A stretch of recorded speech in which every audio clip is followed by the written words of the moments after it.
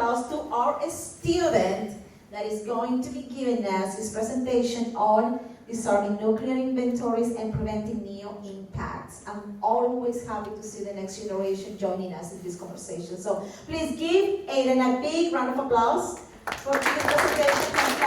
Very good job. All right, all yours.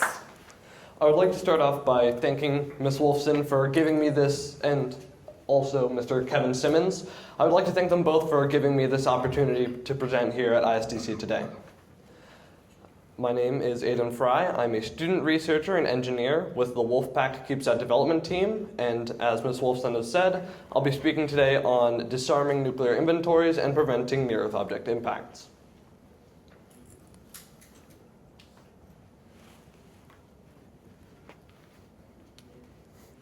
KINEO, or the Kinetic Impactor for Near-Earth Objects, is a program which is designed to deflect asteroids in the 150 meter to 1 kilometer diameter range.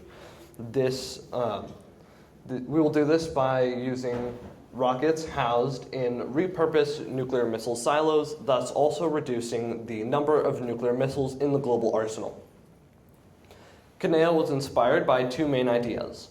The first is NASA's DART program, which used a 550 to 570 kilogram kinetic impactor traveling at about 23,000 kilometers an hour to redirect and reduce the orbit of a small asteroid.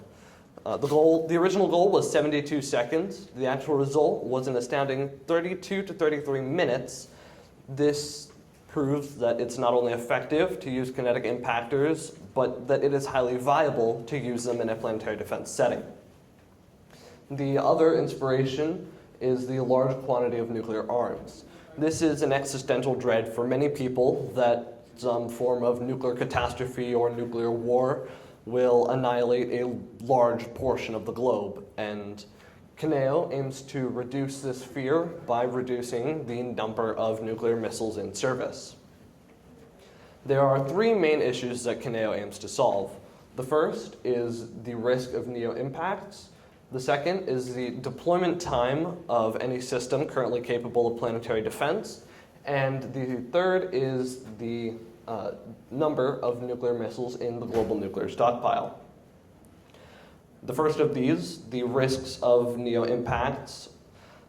Neo-impacts are often thought of as once in a 100 million year event, largely because of the Chicxulub impact about 65 million years ago, which wiped out most life on Earth. Neo-impacts are actually much more frequent than people think. An example that some of you may know of is the Barringer crater, which you can see right up here, which occurred about 50,000 years ago when a decently sized asteroid impacted the northern Arizona desert. Another recent one was the Tunguska event in a remote area of Russia, when a 50 to 60 meter asteroid exploded over that remote area of Russia. This flattened over 80 million trees in a 2,100 kilometer radius. For a sense of scale, this could completely wipe out the city of Jacksonville, Florida, the largest in the continental United States by area, or a city of similar size, Moscow, Russia. So it is not only the physical impact of the Earth that we are concerned about, but it is also the ejecta and the shockwave, which both can cause massive damage in a short radius and decent amounts of damage in a large radius.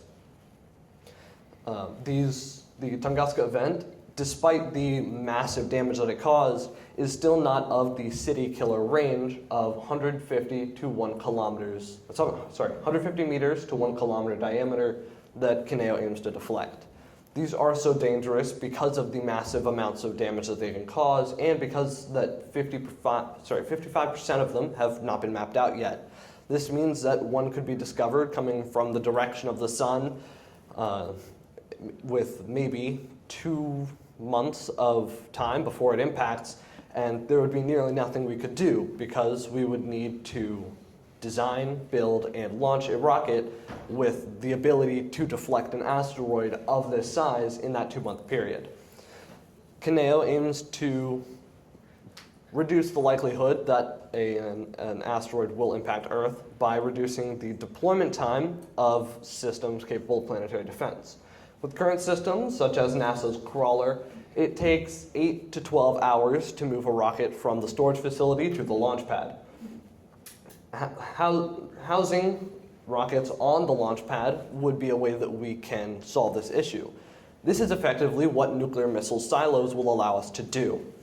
Housing Kineos on nuclear missile silos means that they can be fueled and ready to launch at any given moment.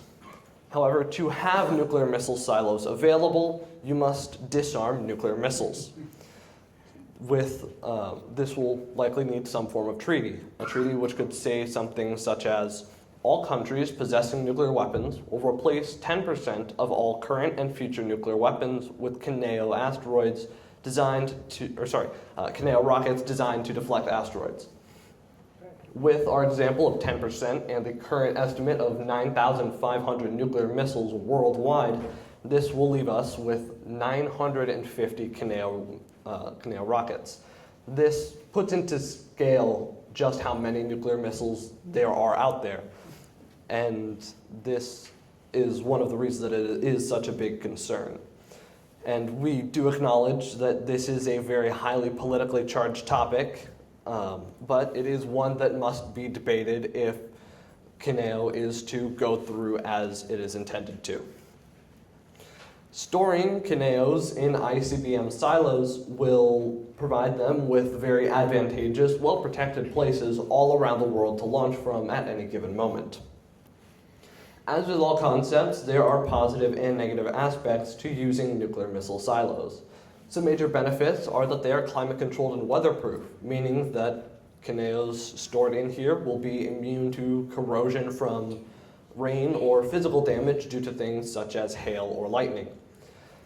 The chemical fuels will also be resistant to change because of the changing temperatures with the seasons.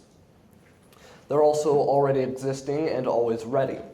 So them already existing means there will be no need to build specialized Kineo silos, thus massively reducing the cost and time required for this program to be effective.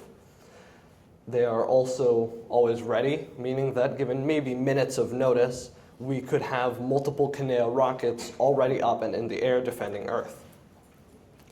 There are some downsides, such as size constraints. A Kineo rocket will likely only be able to be as large as the nuclear missile that it is replacing, which will put also a constraint on the maximum size and weight of the payload.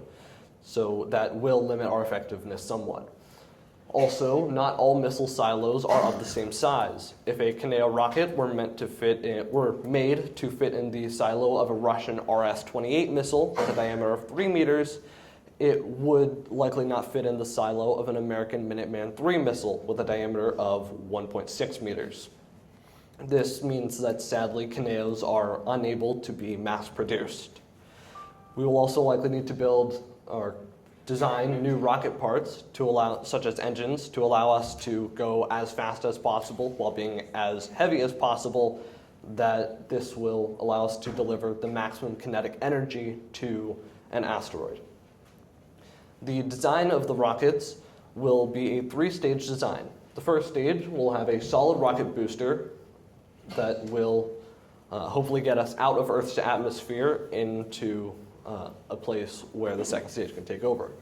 We're using a solid rocket booster here for the quick ignition time and for the ease of storage, as the fuels are in the needed states at room temperature. Stage 2 will have a hybrid rocket engine with a solid fuel grain and liquid oxidizer. Having a liquid oxidizer will allow us to precisely control acceleration and therefore speed. These are also relatively easy to store, as the oxidizer, usually nitrous oxide, is highly pressurized to be kept liquid at room temperature. Stage 3 will have no engine, as Stage 2 will have already brought it up to speed once in space. And the main payload will be a 5 to 8 metric ton payload, at least it is proposed to be, likely made of lead for its very efficient cost to density ratio. The targeting equipment will consist of two systems for redundancy. The main one is an inertial navigation system used currently on things such as nuclear missiles, so that might be able to be recycled. And an inertial navigation system, it detects slight changes in the rocket's acceleration, thus allowing us to approximate speed, heading, and distance to the asteroid.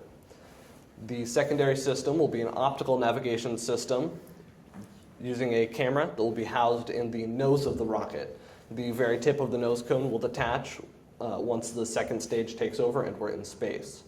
This optical navigation system will also serve as a live video feed to operators on the ground who will be monitoring the entire launch.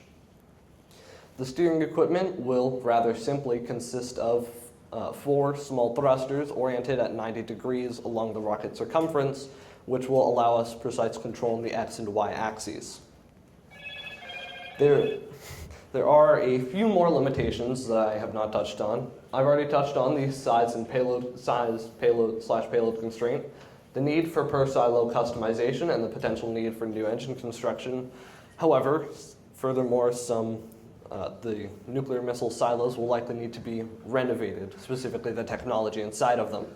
As most of these missile silos were built during the Cold War 50 plus years ago, the technology, although it works for the current hardware that is placed in the missile silos, when the newer Kineo rockets are installed, we will likely need to bring the technology up to a more modern standard. One of the largest hurdles will be the global diplomacy required, as getting countries such as the US and Russia, for example, to work together to reduce their nuclear arsenals will be a monumental task. However, if these countries can see that this is for the good of humanity's future, hopefully that will make it just a little bit easier. With that said, I leave you with this. Please, one small group cannot do this alone. So test, research, collaborate, and let's save the world. Thank you.